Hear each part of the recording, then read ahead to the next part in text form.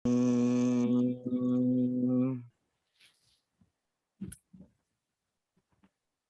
الله الرحمن الرحيم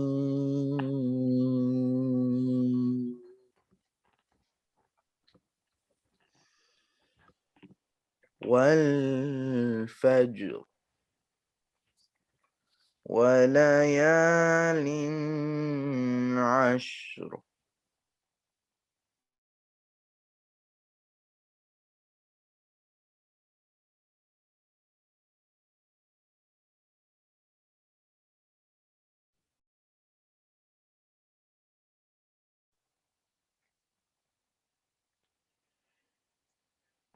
هل في ذلك قسم لذي حجر ألم تر كيف فعل ربك بعاد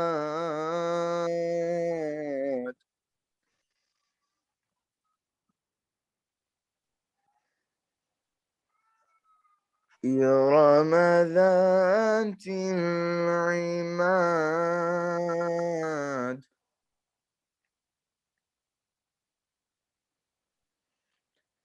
التي لم يخلق مثلها في البلاد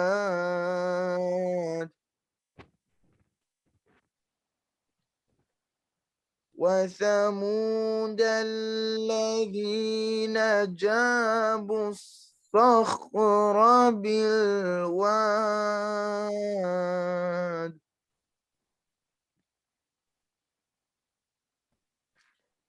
وفرعون ذي الأوتاد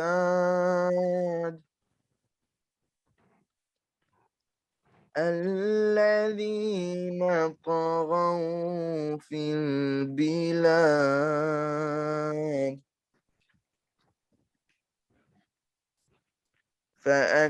فأكثروا فيها الفساد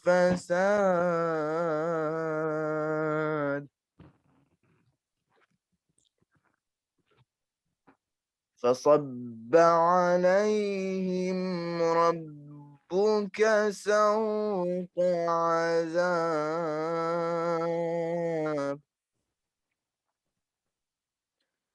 إن ربك لبالمرصاد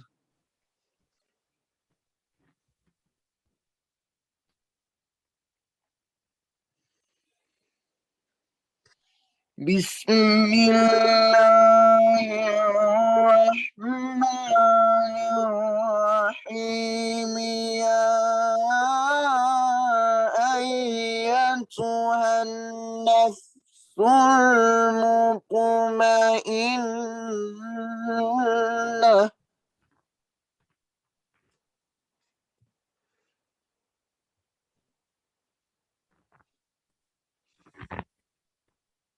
يا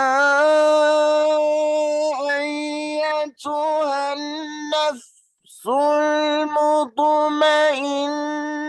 ارجعي إلى ربك راضية مرضية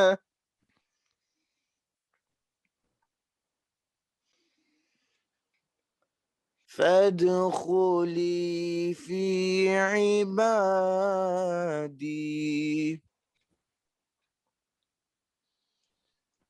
فادخلي في عبادي وادخلي جنتي صدق الله العلي العظيم. أحسن.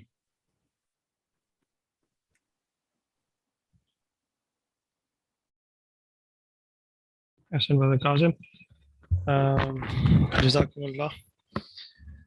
So, brother and sisters, we are going to have this session in both English and Urdu. It will be a mixed session. I know that everyone here is going to be either is Urdu speaking and English speaking, but we'll keep it in English as much as possible. So let me introduce our team and the objective of this initiative of Labaik Ya Hussein.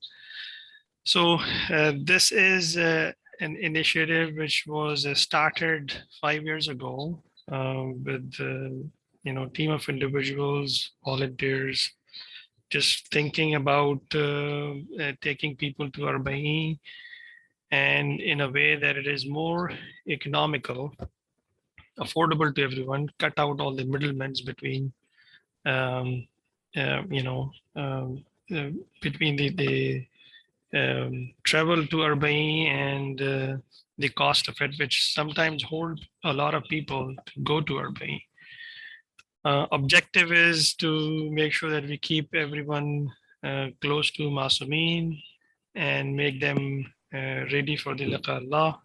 To ultimate goal is to make sure that our God is happy with us, and with the tawassul of Masumeen, we will keep moving forward, keep our generation close to Imam Hussein and close to Masumeen.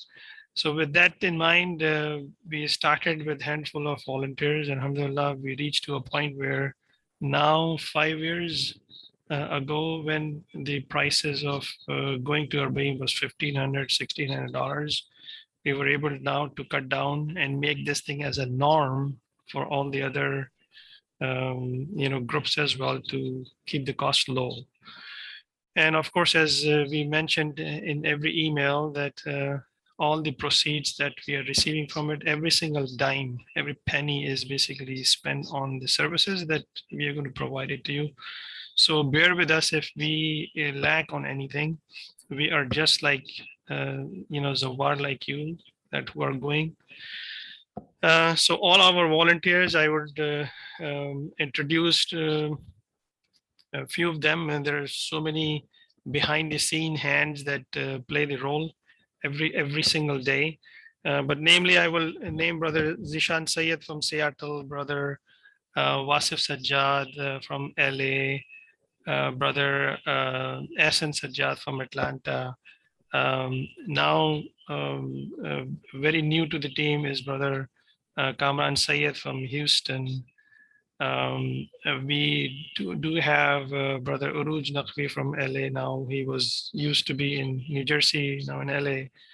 Brother Mukeet Hasni from Michigan. I myself, Arif Raza from Michigan. So we do a whole lot of things behind the scene to make this event happen. And we only do this thing for Arabaeen because all of us only have time for Arabaeen. So, please keep all of us in your du'as and forgive us in advance if we lack on anything. We are at your service, inshallah. This is our commitment that we are going to keep this initiative going as long as we are alive, and we're going to keep it only better and better every day.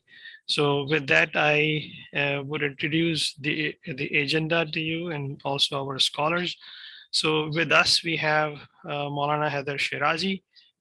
He is in Vancouver nowadays, and I have Maulana Farhat Abbas as well from Houston. Both of are very pious, well-known scholars among us, and they are going to be our guide for the whole entire journey, inshallah. Have a loud salawat for both of them and for our volunteers as well, if you all will. Few housekeeping things I wanted to keep it upfront to you guys, that make sure that keep all of your mics in mute. There is not going to be any live question answer sessions in this presentation, because then it'll take us long to finish it. So we do have some offline questions that ask and some frequently asked questions that we're going to address it, inshallah, in this. Today, as I said, the objective of this initiative is to make sure that we keep you close to the Masumeen, make sure that we are all ready to see our Lord in the hereafter. That's Liqa Allah. So with that in mind, and the objective of our initiative is aligned. We have a few things to address. Why the ziyarat of Imam Hussein alayhi salam, and what is expected from us, what is not expected from us.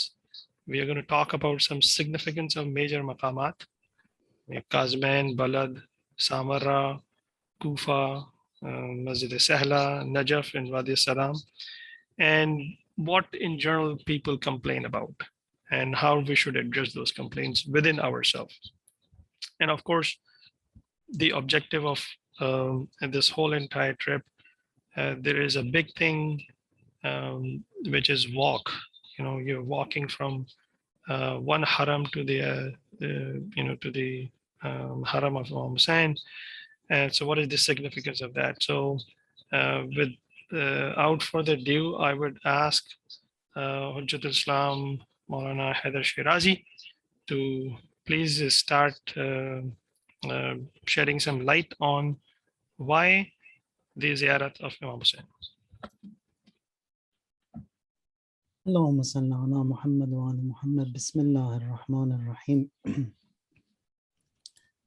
اللهم كن لوليك الحجة ابن الحسن صلواتك عليه وعلى آبائه في هذه الساعة وفي كل ساعة وليا وحافظا وقائدا وناصرا ودليلا وعينا حتى تسكنه أرضك توغى وتمتعه فيها طويلا اللهم صل على محمد وعلى محمد اللهم ارزقنا شفاعة الحسين يوم الورود السلام عليك يا أبا عبد الله.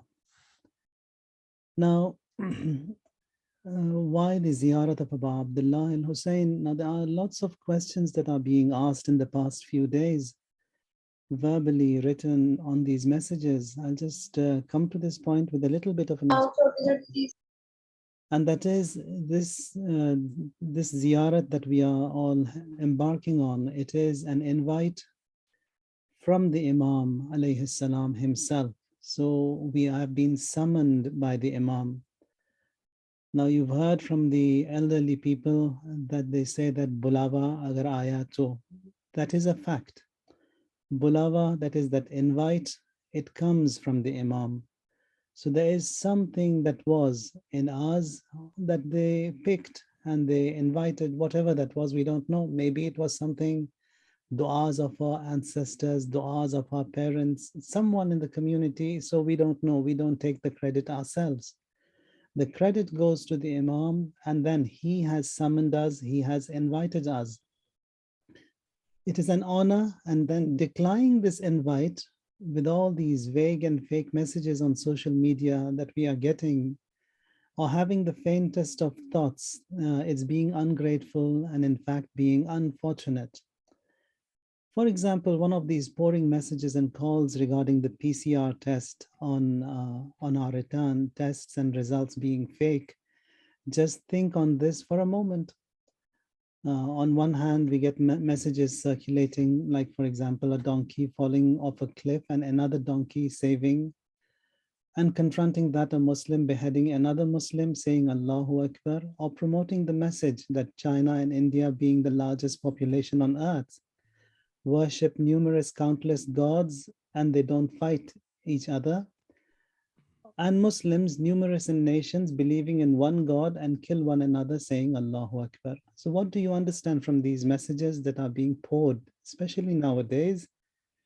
Now, simple people, generally, they would say that it's all true, it's a fact. But in reality, there are big think tanks. It's a big agenda working on these nations to make Muslims look miserable.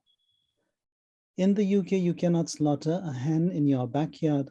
It is against the law. And at the same time, you see the lawmakers allow Qama and Zanjir in the heart of London with the police security, and then in the eyes of the world. So what do we understand from this? Shaitan is working very hard. So the same applies to these PCR tests on the return, that poor Iraq, it's 100 years behind every other nation. The toys, rattles, cookery, pots and pans, whatever they have, they are using now, are the things that we've been using in 1960s, 70s, even before that. So kits and devices that are provided by other countries, mainly the West. So if the results are false and fake, are the Iraqis and the Shias and the Muslims to be blamed, or it's the providers who have made that? So we have to think on these things on a broader picture, on a broader perspective, that just to put down and slow down this motto and this motive that we have towards this Mubarak mission and ziyarat, all these things are being promoted, hyped, and circulated in the community. So the agenda is to anyhow, somehow dismantle this Mubarak walk and ziyarat of Arabaeen. So we also have to be strong, firm, and take all the necessary measures, do all the homework, whatever has to be done, and then rely upon Allah, whatever happens. As-sa'yu minna wal itmam min Allah. Sa'i means we do whatever we have to do, all these necessary measures, homeworks, etc. Wal itmam min Allah, and Allah will complete it, Allah will perfect it. So with that mindset, we set off on this journey, inshallah. So don't give room to any negative thoughts. Adab of ziyarat, more or less every one of us is familiar with all these messages and videos that we have heard and seen. Now that what matters over here, there is a chapter in our books of akhlaq and ahadith. It's called Habt Amal. Habt Amal means destruction of actions. We lose the actions. The reporter, he says that I asked Imam Sadiq alayhi salatu wassalam that when a person performs Hajj and Umrah, he gets a nur, he is enlightened. The question is, how long does this nur or this enlightenment of this Hajj and Umrah, it last? How long does it last? Imam in reply says that as long as he hasn't committed a sin, that nur will remain. The same thing applies to the ziyarat of Abu Abdullah al-Hussein and the Ma'asumeen alayhim salam. So we've gone there, we've been there, and we have been enlightened. Now, as long as we haven't committed a sin or we haven't disobeyed the Almighty, this nur of ziyarat, it remains. So there are two things that are highly important over here to observe. One of them, it's two kinds of fasts in reality. One is the fast that is needed before you embark on this journey. 3 days of fasting is mustahab, so you can do that whenever you want before you leave. And there is one other, and that is after disembarkation. Now, the main cause of Habt Amal in such journeys and trips are some reasons, that is lack of tolerance, lack of patience, the tongue and the ugly statements or remarks that are thrown on one another. So here, what we do is that to be safe, it's 3 days of before embarkation fasting. And then after disembarkation, we have to observe the fast of Hazrat Maryam alayha salam. That is, lan ukallima al-yawma insiya. That is on the silent mode, reserve mode, quiet mode. So in all these journeys that we embark on, with all these different people that will get together, so getting along, especially after this COVID, people, they have lost tolerance. People, they are scared of one another. It's the after effects or the side effects of this COVID. So it's going to be a little bit tedious and tough. You're going to see so many people at one time after a 2-year break of not seeing anyone, and then in a congregation. So it's going to be a little difficult. But here with tawakkul and having that mindset that they have all been invited by Imam alayhi salam. So if there are flaws in them, we with tolerance tolerate them. With patience, we have to continue with this service and this journey. And that fast of Hazrat Maryam, lan ukallima al-yawma insiya, she said that I won't talk to anyone. So I don't want to say that don't talk to anyone, but go on a reserve mode, on a silent mode, and then be patient, be tolerant with everyone, with the team leaders, with the fellow roommates, whoever it's going to be with you. And then it's a different country, different nation, and then a different language. And within the group also, it's mashallah, a big group. So it's not going to be easy. But with this tolerance mode and that silent mode, everything can be possible. And then we have riwayat also that talk about the day of judgment, and the best of rewards that will be given says that the best of reward is for someone who masjoonun. Masjoonun means they who are imprisoned, not that someone has put them behind bars, but they themselves, they have imprisoned themselves from unwanted talk and waste talk, not talking a lot. And especially in these groups, one of the major problem that we have, it is these ugly statements or joking around more than what is required that breaks the heart of one another. Karbala, it's not a place to joke. Karbala, it's not a place for just talking around. There we have to reflect on ourselves, look into ourselves, and this journey, it has to be a true spiritual journey, a journey that remains for us for the duration of our life. But in fact, even after our death, the barakat of this ziyarat have to remain. And that is by not going through the channel of habt amal, that is losing and destroying actions. In the riwayat that we have, in Quran, for example, 16 different ways have been mentioned how a person can destroy his actions. Now, more or less, you've heard them like kufr and shirk and nifaq and denying the day of judgment or denying the wilayat of Amirul Mu'mineen, not offering prayers. All these are those reasons that would result in destroying the destruction of actions. So, if there are some major flaws in us in this Mubarak trip, we can get them fixed. So, it's going to be a correction facility for ourselves.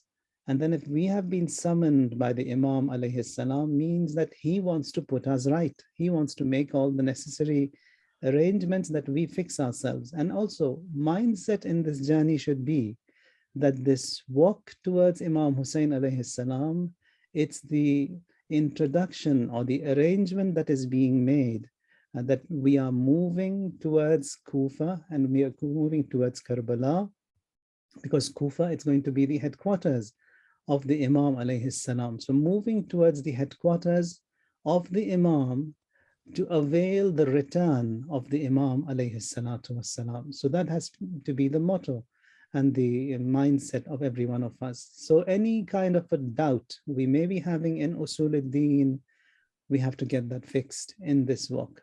Any flaws and problems, any major flaws in our furu ad-Din, they need to be corrected in this walk. So it is a ziyarat. At the same time, it is a correction facility. Like Hur also, he came to this correction facility center, and that is Abu Abdullah al-Hussein, and is remembered among the best. Now, the crime committed by Hur, it's a major crime, but he got forgiven. We definitely are not of that caliber in all the crimes that we have committed or are committing. We are way less than Hur. So definitely with that mindset and umeed and hope and optimism that we will be forgiven, we will be corrected, we embark on this Mubarak journey.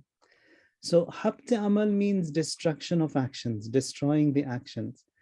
Quran says, in tajtanibu kaba'ira ma tunhawna an nukaffir ankum sayyi'atikum, says that you just put away the major sins, we will cover all other flaws and faults that you have. So out of all the wrong that I have to see what are the major flaws in me. Those major flaws, if I address them, the minor ones, they will be corrected all by themselves. Just like when you go to the hospital and if there is someone suffering from a major disease, they look into that major disease, major illness, and they cover it and they treat it. All the other pains and aches and that the person will be suffering from, they are all cured. In this field of spirituality and ma'naviyat also, it's similar. It's the same. Allah says, in tajtanibu kaba'ira ma tunhawna an, if you put away the major flaws and sins, we will cover all those small flaws and all those small. Now, the mercy of Allah is such beautiful. He says that I will replace all the wrong that you had done with good, and that is out of the mercy of Allah, Tabaraka wa Ta'ala, His compassion. So we have to work on this on habt amal. That is, we don't want to destroy our actions. And one of the ways how they are destroyed in these spiritual journeys are by the tongue.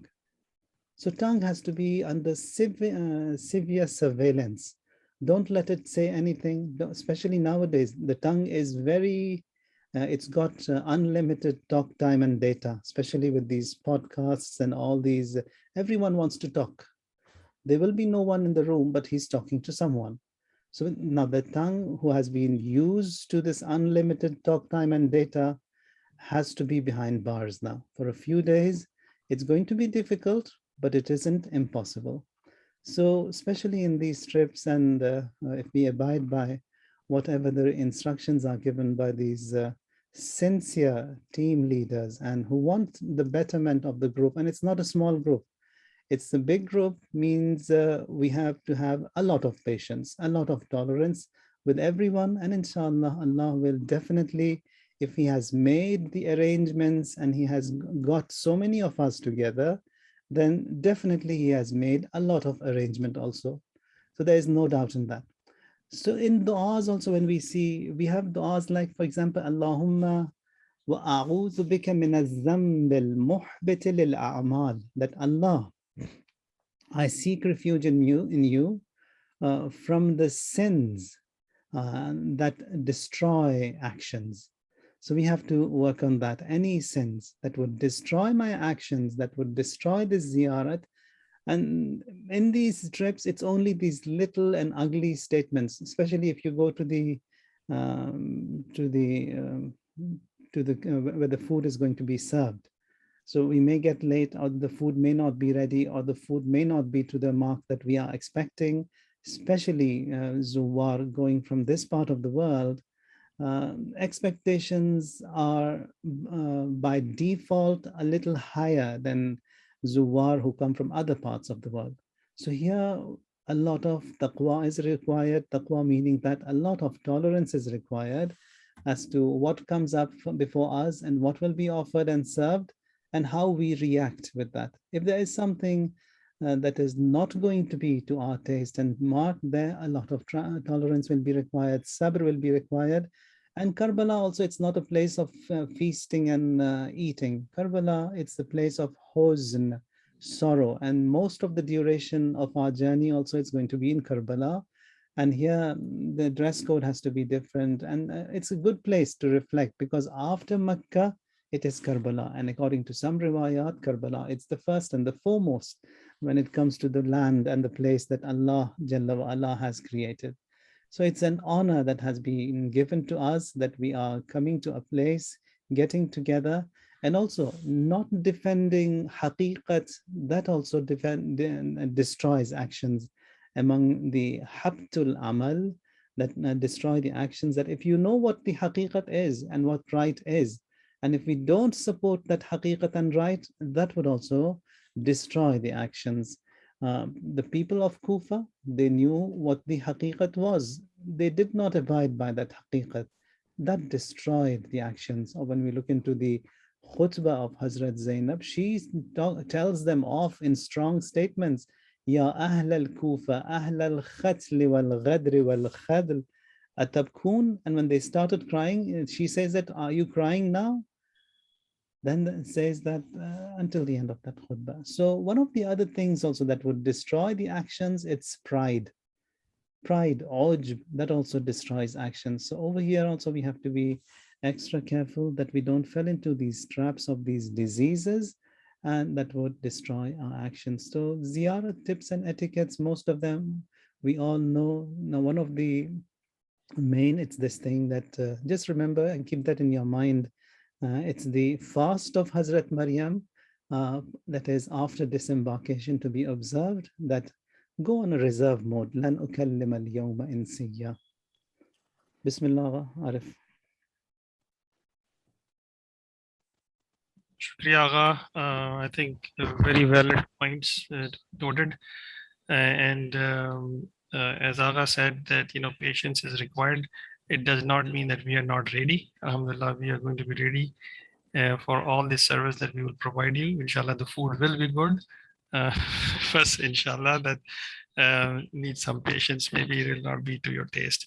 Without further ado, I would request Wajid Islam, Maulana Sayyid Farhat Abbas, to please address some issues that we are going to talk about. The significance of major maqamat and what is expected from us in the ziyarat of Imam Hussein and complaints in general and the walk, inshallah. Maulana, assalamu alaikum. وعليكم السلام ورحمة الله. بسم الله الرحمن الرحيم وبه نستعين وهو خير ناصر ومعين. First of all, Alhamdulillah, Maulana explained this very nicely. Congratulations to all of you that Imam Hussein has invited you. We have this hadith from Imam Sadiq alayhi salam which says that Man arada Allah bihil khair qadhafa fi qalbihi hubb al-Hussein wa hubba ziyaratihi. That whenever Allah subhanahu wa ta'ala chooses a person for the khair, then he pour in his heart the love of Imam Hussein and the love of ziyarat of Imam Hussein. So inshallah, it's a blessing from Allah subhanahu wa ta'ala, without any doubt. And like as Maulana mentioned, that if we have this fast of our tongue, inshallah, that we'll have that nur, we'll bring that nur from Karbala. Now, as far as this question about what we expect, what's expected from us, I think it's all depend what we expect from this ziyarat, what we expect from the ziyarat of Imam Hussein. I heard from Urafa and from Asatid, they says whenever you're going for the ziyarat of Imam Hussein, you're not going to go for the ziyarat of grave of Imam Hussein. You're going to meet with Imam. You're going to do the ziyarat of Imam himself. Yes, we may not be able to see him, but he will see us. So again, what's our expectation from Imam? Are we going over there for some thawab? That, all right, Imam, give us some thawab. So it can be beneficial in akhirah, or like few hajat, few worldly hajat, or maybe a shifa for a mu'min or our loved one. It all depends what we are expecting from Imam, and that will define their expectation from us. Their expectation from us to implement that walayat on yourself, like one of the tawqi, which I mentioned in Houston several times. Imam Zaman, Ajalallahu Ta'ala Farajahu Sharif, he mentioned in this tawqi, Walau anna ashya'ana, that if our Shias, and then Imam prayed for all of you, Waffaqahumullahu bita'atihi, may Allah subhanahu wa ta'ala increase their tawfiqat for the obedience of Allah. But here after that, he said, if our Shias ala ijtima'i min al-qulub, if they will gather their hearts together. So this is first, that we have to create that society where we are together, our hearts are together. Like Mu'mineen there, they were attending my majalis in first Ashraf Muharram, we talk about walayat. And I mentioned that walayat in a simple term, Be'abi antum wa ummi. You're saying to Imam, Be'abi antum wa ummi wa nafsi wa mali wa usrati. But the difficult part, that's very easy to say to Imam because, you know, it's not a big deal to love Imam. It's a big deal to love the lovers of Imam. That's the most important thing. And that's the drill we have here in this ziyarat. So, like in this hadith, in this tawqi, it's a long tawqi. And my purpose is not to define this tawqi here. But Imam said that If our Shias, they will gather by heart, not just like their physical presence together, like we will be physically together. Now, Imam said that they need to be gathered by heart. Fil wafa'i bil ahad. Then Imam said, Lama ta'akhara anhumul yumnu bil liqa'ina. So if we will be successful in this exam of walayat that we will implement for each other, which means for the love of Imam, when we said Imam, my parents, myself, my assets, my ego, everything sacrifice for you. Imam said, all right, how can I find out this is right? Imam is not there. So Imam said, look, let's go do this. Inni silmun liman sa'alimakum. Apply this with your fellow mu'mineen. With fellow mu'mineen. Not just those who are good, even with fasiqeen, even with the sinners. This is the test. That's how I'm going to prove to Imam Zaman, Imam Hussein, that I love you. For your love, I'm going to love this mu'min who's in love with you, who's in silm with you. So again, this is a drill. This is the drill for all of us. This is an opportunity. And this is the toughest part. Majority of us, we are failing this trial. Then when it comes with interacting with each other, interacting with the lover of Abba Abdullah, we are failing. That's why Imam did not say anything. He did not say that, let me see if you start praying, if you start doing this much ibadah, if you start doing this much hajj and manasik, then there will be liqa. No, Imam said that, look, the most important thing that you need to have love with each other. You need to be nice with each other. You implement this walayat with each other. If that will happen, then there will be no delay with our liqa. And again, like we believe, Imam Zaman, Ajjalallahu Ta'ala Farajahu Sharif, every year he is there for Hajj. And when this ibadah is like several times, the thawab of this ibadah, the importance of this ibadah is several times more than Hajj, that definitely Imam is there. So Imam is with you. So we just need to pray that we can have liqa of Imam. We can, if we are unable to see Imam, at least Imam will see us with kindness. So brothers and sisters, that's one thing. I think we need to be, like as Maulana mentioned, that we need to be patient, especially with such a big group. We should not complain about for the minor things like comforter, food, rooms. Again, this is tough, as I mentioned, because we are living in the capitalist society. Capitalist society is feeding us individualism, that I have to think about myself first, then for my family, and then for other people. This is a trial. This is a trial for all of us. Let's, for few days, we start having this, that all of these people around you, whether you know them or not, they're your brothers and sisters. You have to help them for love of Imam.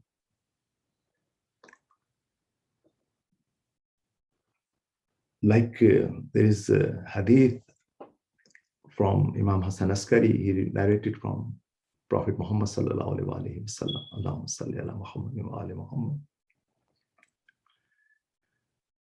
Where Prophet mentioned that, it's a long hadith. Again, I'm just going by the part of this hadith. Ya Abdullah, ahbib fillahi wa abghiz fillah. That Prophet is asking from his companion that, Ya Abdullah, oh servant of Allah, love for Allah and have bows for Allah. And then I'm skipping some part. And after that, Imam said, فَإِنَّهُ لَن تُنَالَ وَلَايَةَ اللَّهِ إِلَّا بِذَلِكَ. If you're not going to do this, you're not going to reach to walayat of Allah subhanahu wa ta'ala. And another sentence is tougher than this. وَلَا يَجِدُ رَجُلٌ طَعَمُ الْإِيمَانِ وَإِن كَثَرَتْ صَلَاتُهُ وَصِيَامُهُ حَتَّى يَكُونُ كَذَلِكَ. That if a person is not having this love for Allah and boast for Allah, for other mu'mineen, he's not going to taste Iman. Even though he may have lots of salat and siyam, he has to do this. So brothers and sisters, that's an opportunity we have. You know that the Ziyarat Arabaeen, why it's different than other ziyarat? And because Ziyarat Arabaeen, we have this walk for 3 days or 4 days. We have this like ithar. We see that people over there sincerely, they're bringing whatever they're belonging, like they're bringing even like a paper and tissue and try to clean your shoes and like try to help you. This ithar is the most important thing. And that's why you see there's so much nur in this ziyarat. Within few years, like millions and millions of people, which means there is something from Allah subhanahu wa ta'ala, that Imam is helping this ziyarat. There are like thousands and thousands of the people, they're sitting in Mokab and they're trying to help you. That ithar. But otherwise, other days there are ziyarat. You're going to directly to go for the see Imam or the grave of Imam and then come back. No, but this ziyarat, why? It's like every year it's multiplying. That people's, they're like, their hearts are getting attracted. And you notice that the media, they are not hiding other ziyarat, they are hiding this ziyarat. You notice that? They're not covering Ziyarat Arabaeen, that walk. There is something in this walk. There's something in this ithar. Yes, we are not serving at the mokib, but imagine we have this walking mokib. Mokib is what? What you serve other mu'mineen, other za'irin for the love of Abu Abdullah. All right, serve them while you're walking with each other. There is no hurry. We don't need to be like some people, they make this mistake when we're walking, that they're in a hurry. They need to reach to Karbala as soon as possible. Yes, again, for the love, that's fine. I'm not objecting it, but I think we need to take advantage. I will recommend all of us, we will walk together. It's not that individual walk. It's like a together. I was reading some of the notes from Arabaeen, and he was saying that it's better that this walk need to be with caravan together so they can take care of each other as a family. You move as a family and you get the opportunity that you're serving all other people in the caravan, all other people. It's not like it's a job of few volunteers and few organizers. It's everyone's job. And that's what the society of Imam Mahdi Ajjalallahu Ta'ala Farajahu Sharif is. So again, and it's not, as I said, it's not just like that you have to have those people, they're like nice to you, then you have to be nice with them. Like I told you, like there are riwayat where it says that you have to love them, the muhibbe ahlul bayt, even if they're fasik. Even if they're fasik, you need to love them. That's it. That's a practice we need to do. This is a trial. I mean, otherwise, serving someone who's nice with us, it's not a trial. The serving someone who's nice, is not nice with us is a trial. So again, I think I will highly recommend that if we will plan this walk, should not be in a hurry. Every step, we have riwayat that every step that you're going towards Abu Abdullah, وَيُكْتَبُ لَهُ بِكُلِّ خُطْبَةٍ حِجَّةٍ, that for every step you're taking towards Abu Abdullah, the thabab is like Hajj, one Hajj. And كُلَّ مَا رَفَعَ قَدَمَ umrah, or like every step you're taking, it's like one Hajj and one Umrah. But again, it's not, nothing is without condition. The condition is again that you have to accept that walayat. And that walayat is that you implement that walayat with other mu'mineen. I think we should not be in a hurry. We need to walk. And then together, we need to stop different places, do some azadari, need to have like sinadani, matandari, inshallah, help each other, and then keep moving towards Ababdullah with as such, like as you're thinking that azadar are going towards Karbala. Not, this is not a picnic. This is not something that we are going, okay, which mokab is serving which kind of food, where's like more comfort, where's more taste. No, come on, this is not like, as Maulana said, just imagine this is the place, most probably, I'm not saying that exactly, but this is the path.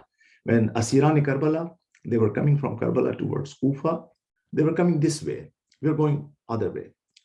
And this is the path where children of Abu Abdullah, they were hungry, they were thirsty.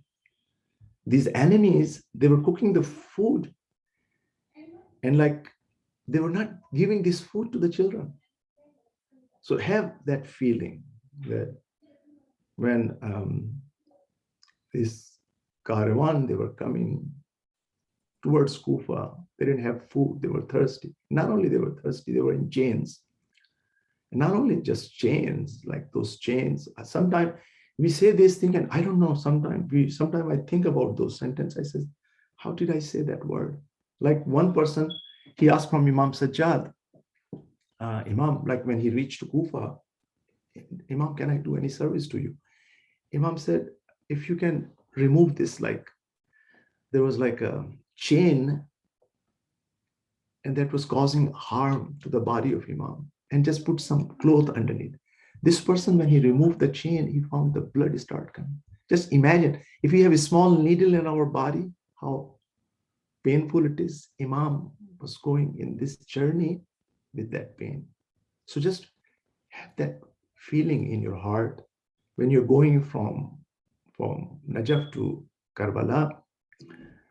So again, if we have that feeling, if we know that our trial is that we have to implement that walayat with each other, inshallah, Imam Hussein will do this special nazar on us. He will do this with love of Imam Zaman, Ajjalallahu Ta'ala Sharaf. Imam Zaman, inshallah, will also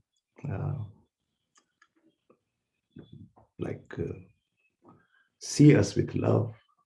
So inshallah, alhamdulillah, we have Maulana Hayder Shirazi, and inshallah we will benefit from him, all of us. But we will be together, inshallah.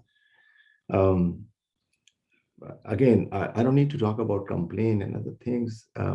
Yes, so there are two things. We need to always make sure that we need to help other mu'mineen, but the mu'mineen, they also need to have this ruhiyah, that spirit that should not be burden on others, right?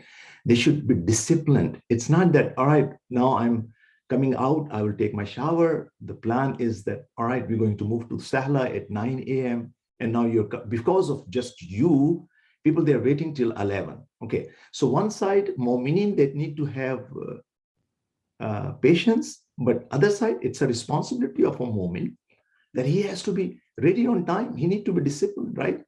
So it's mutual, right? I should not say that I should not be a burden on anyone. I need to help other. And then the same with the other people, they have to do it, inshallah. This way, there will be less and less complaints. Like I mentioned, sometimes we have all this anxiety and anxiety that we need to do a lot. I need to do, and again, sometimes we are fighting with other mu'mineen. I need to finish this dua, or I need to do this many salat, and why you're not waiting for me? Please understand this part. Here, quality is more important than quantity. You're in the presence of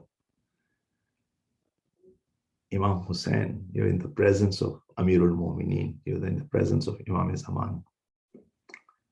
Like they are Rahmatul Wasi. Over there, taqwa is the most important thing. With taqwa, qalil will be kathir. Without taqwa, you can bring a lot, it's nothing. So, inshallah, let's give some time if there is any question or anything, inshallah, we can go by that. Assalamu alaikum wa rahmatullahi wa barakatuh. Maulana, thank you very much. And inshallah, we are going to finish hour and 15 minutes, inshallah. And I will just go back to Maulana Hayder Shirazi to talk about a little bit on why the ziyarat, because some of the participants asked me to please clarify why ziyarat Imam Hussein is important. And also I would ask Maulana Hayder Shirazi to address the point of the significance of all the maqamat in Karbala and around Karbala. أعوذ بالله من الشيطان الرجيم بسم الله الرحمن الرحيم. Now, why the ziyarat of Abu Abdullah al-Hussein alayhi salam? Now, when you look into the ziyarat that we have in the books of du'as in Mafatihul Janan and other books that we have, for Imam Hussein alayhi salam, we have as many as 84 ziyarat. 84, in excess of 80. We don't have that many for Rasulullah. We don't have that many for Amirul Mu'mineen, that many for Imam Reza alayhi salam. None of the Imams, only Sayyid al-Shuhada, Hussein ibn Ali alayhi salam. Or for example, when you want to say salam to Imam, you don't just say Assalamu alayk ya Abu Abdullah. In most of the ziyarat, even in ziyarat Nahiyat al-Muqaddasa, from Imam al-Asr alayhi salam, you start Assalamu alayk ya warith Adam safwatillah. So he has inherited from Prophet Adam. He has inherited from Nuh, from Musa, from Isa, from all other prophets, from Rasulullah. And then you are saying salam to Imam Hussein, who has inherited everything from all the prophets. In Ziyarat Nahiya, many more prophets have been mentioned that he has inherited. What has he inherited? When someone dies, he leaves behind some wealth, some assets that someone who is, the father dies, the son inherits. In the fields of spirituality, in Ma'naviyat, it is not as such that it is the wealth that Prophet Adam had and he's leaving behind and that has reached Imam Hussein. No. In the fields of spirituality, that Allama Adam al-Asma, the knowledge that was given to Prophet Adam by Allah, that is inherited by Imam Hussein. Musa Kalimullah, all those communications that he had with Allah, that is inherited by Imam Hussein. And likewise, everything that was with Rasulullah is inherited by Imam Hussein alayhi salam. So Imam Hussein, he is a being in the entire creation. No one is like him. Or even Rasulullah says, Husaynun minni, Hussein is from me, and I am from Hussein. So this second part of this statement is even stronger, saying that if Rasulullah has remained, it is for the sake of Imam Hussein alayhi salam. Maulana just pointed out about the ziyarat of Imam Hussein, that every step, how much of a reward is there. And I'd like to top up to that statement, and that is upon the birth of Imam Hussein alayhi salam, when Rasulullah comes and sees the baby and starts crying, Madame Aisha was present there. She says that, what makes you cry? And then Rasulullah reveals what is going to unfold. And then he says that someone who pays a visit to this my Hussein, he will get the reward of one complete Hajj and one Umrah performed with me, the Prophet, that much of a sawab. She says one Hajj, one Umrah. So in today's monetary fund, it's going to be $20,000. The Prophet says not one, two. She says two. He says not two, and increases it until 90. That is, every step, 90 Hajj and 90 Umrah performed with the Prophet, that much of a sawab. It was also mentioned in the talk earlier that when it comes to these ziyarats, over here, it isn't as such that you need to offer that many prayers. You need to offer those ziyarat that have been printed in the books. If you can, well and good. If you can't, over here, all these emergency rule applies. Like in Jamaat rules apply when you want to say your prayers. Over here also in Arabaeen, in Ashura, in all these crowded places and areas where you've got millions of people, all of them with the same aim and goal, and that is the ziyarat of Abba Abdullah. Over here also, if you cannot recite that ziyarat, doesn't matter.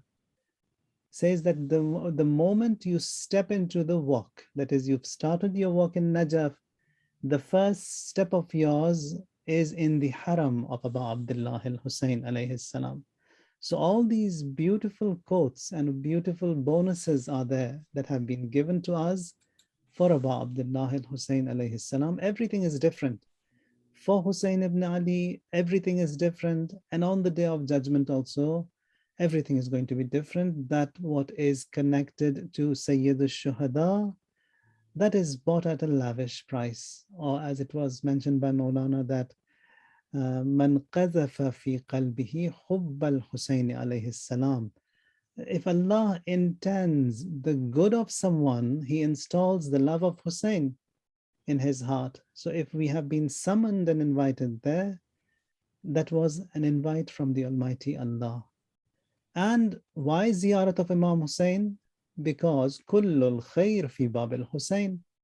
All the good that you intend, that you can think of, that you want for your ancestors who have passed away, for your descendants who will come into existence, all the khair that you want for all of them in the future, all those who have passed, the bygones, all of that can be sought in this at this door of Abba Abdullah al Hussein alayhi salam. So it is a beautiful journey, a wonderful tawfiq that has come to us with that mindset.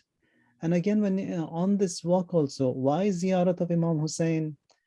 From the first step, that is when you arrive Baghdad, inshallah, over there, if there are some problems at the airport, bring those pains and agonies of Ma'asumin alayhim salam. We do have in all of these statements and riwayat, in these experiences, the noble they had, they say that, for example, for Sham, we do see, and we have also witnessed and experienced, and that is in Sham, if someone is sincere in his ziyarat, the same in Karbala, he would go through some kind of a pain that Allah wants him to taste that pain. And then he is informed the reason why you went through this tough time, it is because we wanted you also to experience that tough time in Karbala in Sham. Prophet Ibrahim, he was galloping around and then all of a sudden he tripped. He got injured and his feet, they started to bleed.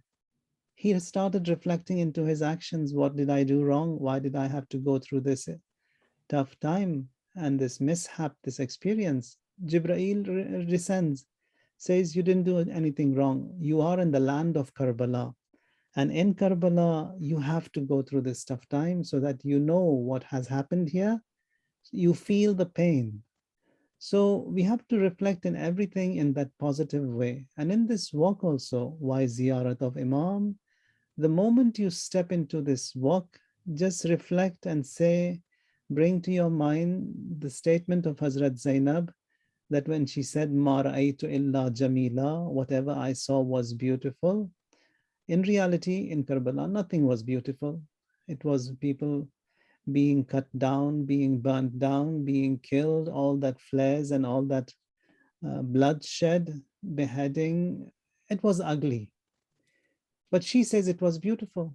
The beauty of that she saw is that a time would come after a few centuries where people in large swarms and crowds in millions in numbers, they would move towards the shrine of Abu Abdullah al-Hussein alayhi salam. So it is the dua of Hazrat Zainab. It is the beauty of Hazrat Zainab that she saw then and we are seeing now. And again, the other thing, when you will be walking in this miraculous walk, bring to your mind that we are moving towards the headquarters of Imam al-Asr alayhi salam, because riwayat, they say that Masjid Kufa will be the largest mosque on earth, where hundreds of thousands of pilgrims will offer their prayers behind Imam Mahdi alayhi salatu wassalam. Doors of this mosque will be miles apart, and so many doors that people will be frequenting, entering, and coming out of that mosque. So that it sounds a little bit too much when we think, but when we see this walk, it becomes simple. That when there are people who are moving towards an Imam who was martyred 12, 1300 years ago, and in these large numbers now, then when the living Imam will have established and has arrived, and he is leading the prayers, then this count multiplied by whatever number, that would be the congregation size in the during the time of Imam al-Asr alayhi salam. So all this mindset that we have, and then with this mindset, put every step and increase that ma'rifat and basirat, and that will be that mighty achievement. Even if you couldn't offer that many prayers, doesn't matter. You couldn't recite that many ziyarat, doesn't matter. This ma'rifat and this, I don't want to say that don't do it if you can. But then if you can't do it, there's nothing to be worried or to blame anyone or ourselves. If we couldn't do it, doesn't matter. In all of these journeys, especially when the group is large over here, haqqun nas also applies.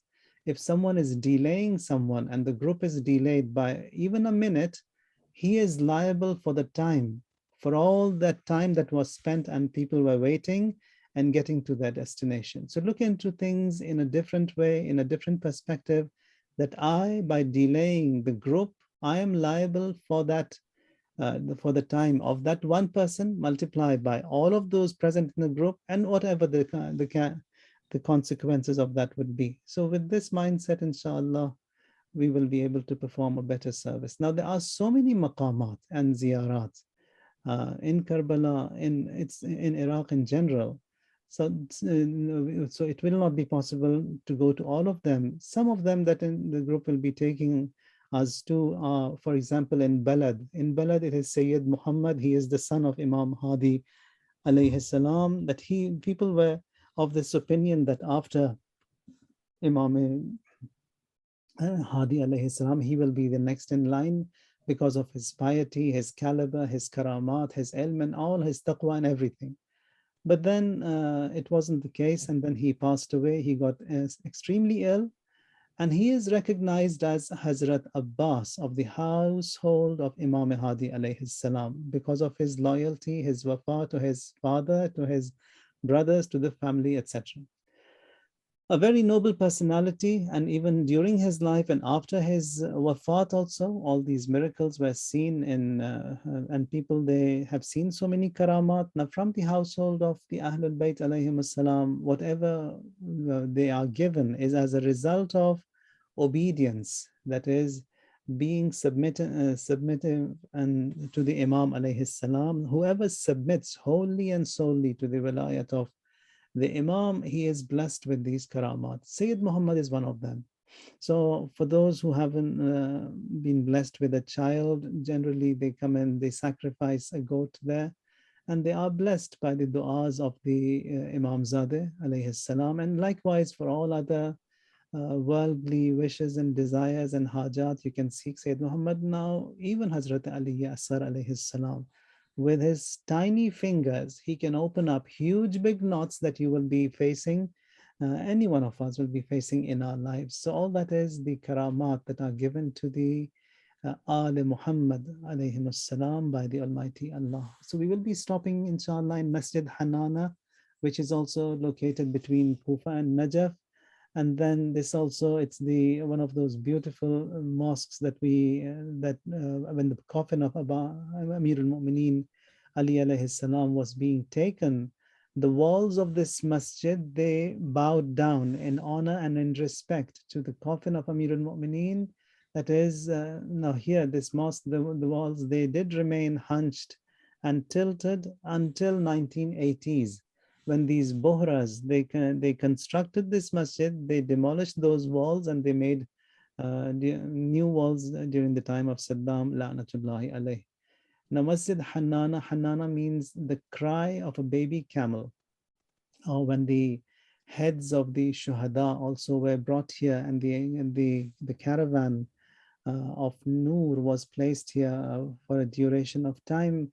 And they had a stop over here. Here, that cry was heard by those who heard the cry, and they said that it is the masjid that is crying. That is, Hanana means the crying of a camel. So those who've got those firewalls lifted from their hearing, they can still hear those cries and those pains and that agony that is in the atmosphere of some places. You still feel the pain. One of them, it's in Sham, where the head of Abu Abdullah was placed in that Masjid Amavi, in the Haram of Imam Hussein, where the Mazbah is, where the Imam Hussein was slaughtered. That is a very painful place. Oh, Talla Zainabiya. And likewise, this Masjid Hanana. This is also one of those places where you still feel the pain. We will be stopping in Masjid Kufa as well. Masjid Kufa, in Quran, we have Surah Tin. Next Thursday को मैं जा रही हूँ तो हम लोगों की zoom call है जी, Masjid Kufa, Quran says, وَالتِّينِ وَالزَّيْتُونِ وَطُورِ سِينِينَ. Tur Sinin, it's this Mount Sinai. وَالتِّينِ وَالزَّيْتُونِ. And over here, Imam says that Imam Kazim alayhi, Rasulullah sallallahu alayhi wa sallam, he says that Tur Sinin is Kufa. Kufa, it was the headquarter of Amir al-Mu'mineen, and it will be the headquarter of Imam al-Asr alayhi salatu wasalam when he returns.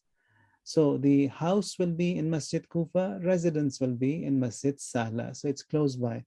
Not a lot to commute for the Imam alayhi salam from his office to his home. And then Masjid Kufa will be the headquarters, his office. And there, Masjid Kufa, it is the haram of Rasulullah and the haram of Amirul Mu'mineen. And whatever sadaqah you give over there, it equals to 100 elsewhere. Any prayers you offer over here, it's multiplied by 100. And also this mosque, it has a lot of fazilat. All of the prophets, they have come to this masjid. They have offered prayers in this masjid. So inshallah, to Masjid Kufa also, we've got 4 mosques that are the great mosques, Masjid Kufa, and then we've got the Haram of Mecca, and then Medina, and then Baytul Maqdis, and the 4th one is Masjid Kufa. In reality, Masjid Kufa will be the main mosque, inshallah, after the return of Imam alayhi salam. Now, Hadith says that there are 4 palaces of heaven on earth. One of them is Masjid Haram, and then Masjid Rasulullah, that is in Medina, Baytul Maqdis, and then Masjid Kufa. These are all palaces of Allah, palaces of the heaven on earth. So inshallah, Masjid Kufa, with all that sanctity and the reward and azamat, we will be paying a visit over there as well. Masjid Sahla, it's got different names. Sometimes it's known as Masjid Suhail, Masjid Bani Dhafar. All these are different names that we have for Masjid Sahla. This was the house of Prophet Idris, and also house of Prophet Ibrahim and Prophet Khizr. They all lived in this place. And indeed, it is the house of Imam al-Asr alayhi salatu wassalam. Now in Masjid Sahla also, there is a stone that was brought in from the heaven. That is a CCTV. In today's language, we can say that everyone who has visited the sacred mosque has been recorded over there, and from the inception and until now and until the day of judgment. So that masjid also becomes a witness for us on the day of judgment, that these mu'mineen, they had come here, they have participated, they have visited, they had offered prayers. So that is also another beautiful site that we have. And inshallah, we will be visiting. So there are numerous sites in Iraq, however many we are blessed and we are taken and we visit. Inshallah, Allah, may He accept from every one of us biqabulin hasan, and the best of reward also be given. And because it's coming from Imam Hussein alayhi salam, so definitely everything is going to be huge and highly rewarded. Thank you, Maulana. I think we are almost running out of time. There is one question I will ask you quickly, and then I will go through some of the FAQs that we usually answer. One of the questions people ask is that now with all of the uncertainty in Iraq, there are people who have made attempts to go for the ziyarah, and they have submitted their passports, their approvals, and everything. And we heard the news that now, unfortunately, they are not able to go because of the restrictions. And they have a feeling that that means that we are not invited by Imam Hussein, or can you address it quickly? Well, that uncertainty is for every one of us, for you and me as well, because this PCR test still remains. What is going to come from that, we don't know. So it doesn't mean that it's the intention that matters. Now we've made all these arrangements, everything has been done, and the niyat is to be present and for the ziyarat of, so that whatever that intention was, if it was sincere, then definitely it was rewarding. Even if we couldn't make it, still it will be rewarding, inshallah. Thank you, Maulana. So, brothers and sisters, I think without any more time to it, I am going to address few things. One of the thing is that, stay tuned with your emails. We don't want to bombard you with emails, but inshallah, you're going to see an email today, which will detail what will happen when you will arrive at the airport. We are going to address that. We are going to address, what you should pack and what sort of stuff. And I've seen activity in the group, and all of this, there's no right and wrong in taking stuff with you. But my only humble suggestion is don't load yourself with stuff. It will be a nightmare to handle that thing. So, that's 2 cents from our side. As experienced travelers to Haram Imam Hussein. And another thing that I want to address it, that the roommate situation that we are addressing it through email. A lot of you have given us the feedback, and we have definitely rectified it and changed your roommates to it. Just make sure that keep that process on the first step, which we are going to share very soon. Probably either today or at the latest tomorrow, who is going to be your roommate in the Kazban, which is going to be your first stop. Inshallah, we added one of the maqam in Kazban, and that is Masjid Barasa as well into our plan, which was not in our plan before. And, Maulana Hayder Shirazi have requested us to include that thing as well. It is only half an hour from Kazban. Is definitely going to be in our way. So we will stop there, and Maulana is going to put more, history of Masjid Barasa when we will reach to the place. There was another question asked, and the question that was asked is about what we should do.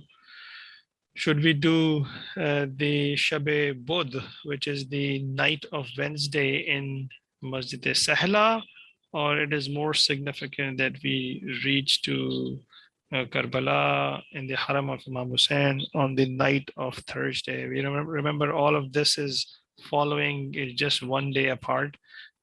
So for those who wants to walk, they will either miss the Thursday night, or those who are going to stay for the Masjid Sahla. If Maulana can address it or address it later, that's no issues at all, because I think we are already past 1 minute from our time. Maulana, if you think you can address it quickly, or we should address it later.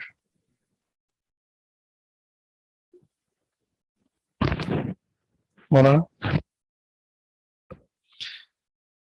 I think we are probably going to address this situation later, but if you guys do have any questions, the group is open. The WhatsApp group is open. You can address those questions to me, and just stay tuned, and keep watching your emails. Inshallah, we'll all see each other in the heavens, in the earth.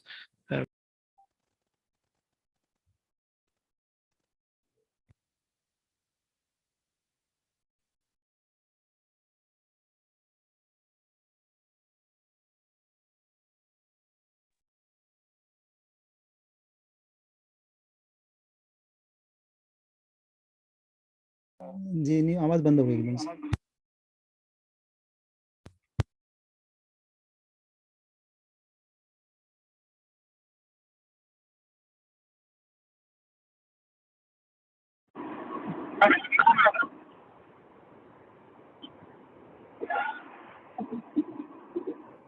Are you guys able to hear me now?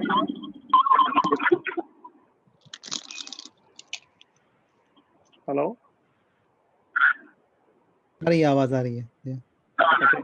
So, Mara, I request you if you can read Dua Imam Zaman, inshallah, I will end the program. ربنا تقبل منا إنك أنت اغفر لنا ولوالدينا ولمن حقنا علينا ولمن وصانا بالدعاء ولجميع أمة محمد وآل محمد. May Allah make this trip Mubarak. It is Mubarak. Make it easy inshallah, and for every one of us, the Qabul al-Hasan, he takes us safe and returns us safe to our destinations. And we ask Allah Jalla Wa'ala to help us and make everything swift and easy for everyone here. Those who are needing the help of Allah. ربنا وتقبل دعاء محمد وآل محمد.